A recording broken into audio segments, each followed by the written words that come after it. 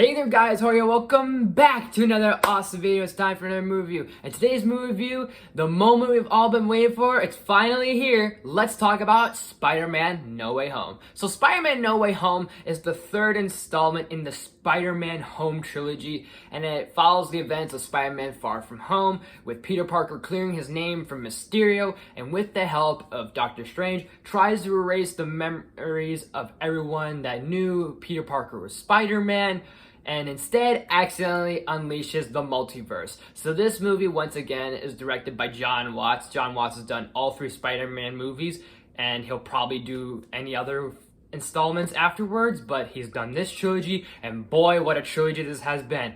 And bear in mind, people, this is probably going to be my first ever spoiler-free review.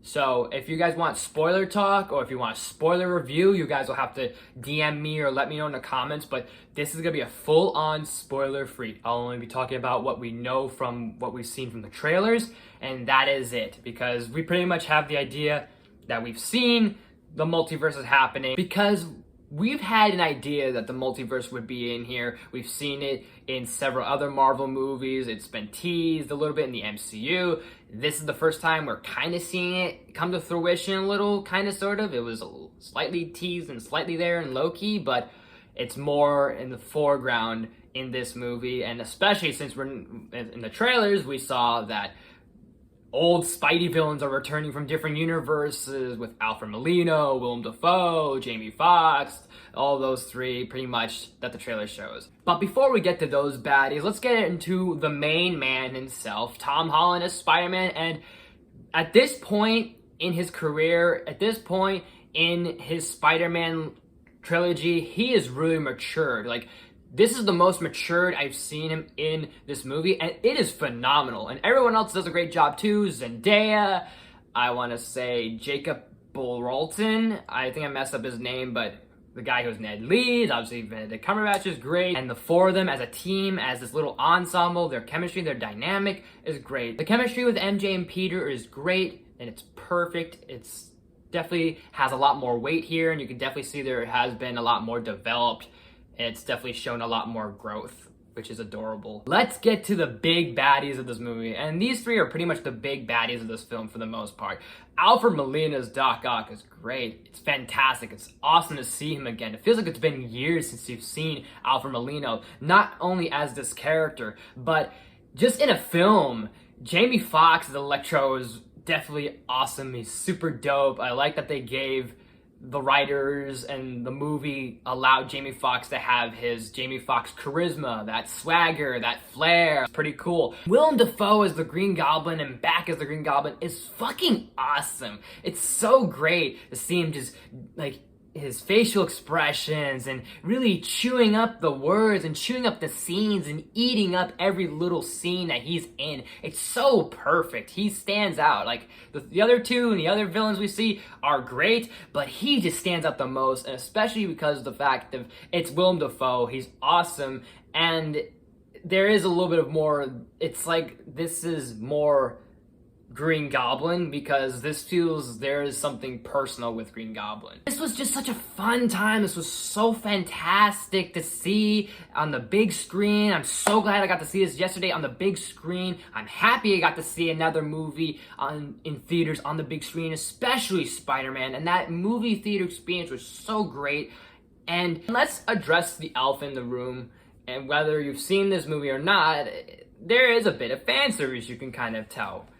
And it is well deserved, it's well earned, and it's done very good, because the characters that show up in this movie are very integral. They're very important and have a purpose. And so the fan service does help out. And because these characters are important to the plot and have a purpose, that fan service, it's well deserved. It's well rewarded. And yeah, this is a big fan service movie, but this worked out so perfect, and it culminates a lot of great things. This is a great third movie to the Spider-Man trilogy. It is a fantastic Spider-Man film. It's an amazing Spider-Verse movie. It's probably an awesome and one of the best MCU movies. It's probably one of the best Spider-Man movies. It's probably one of the best movies of this year. And I just had such a great time with this.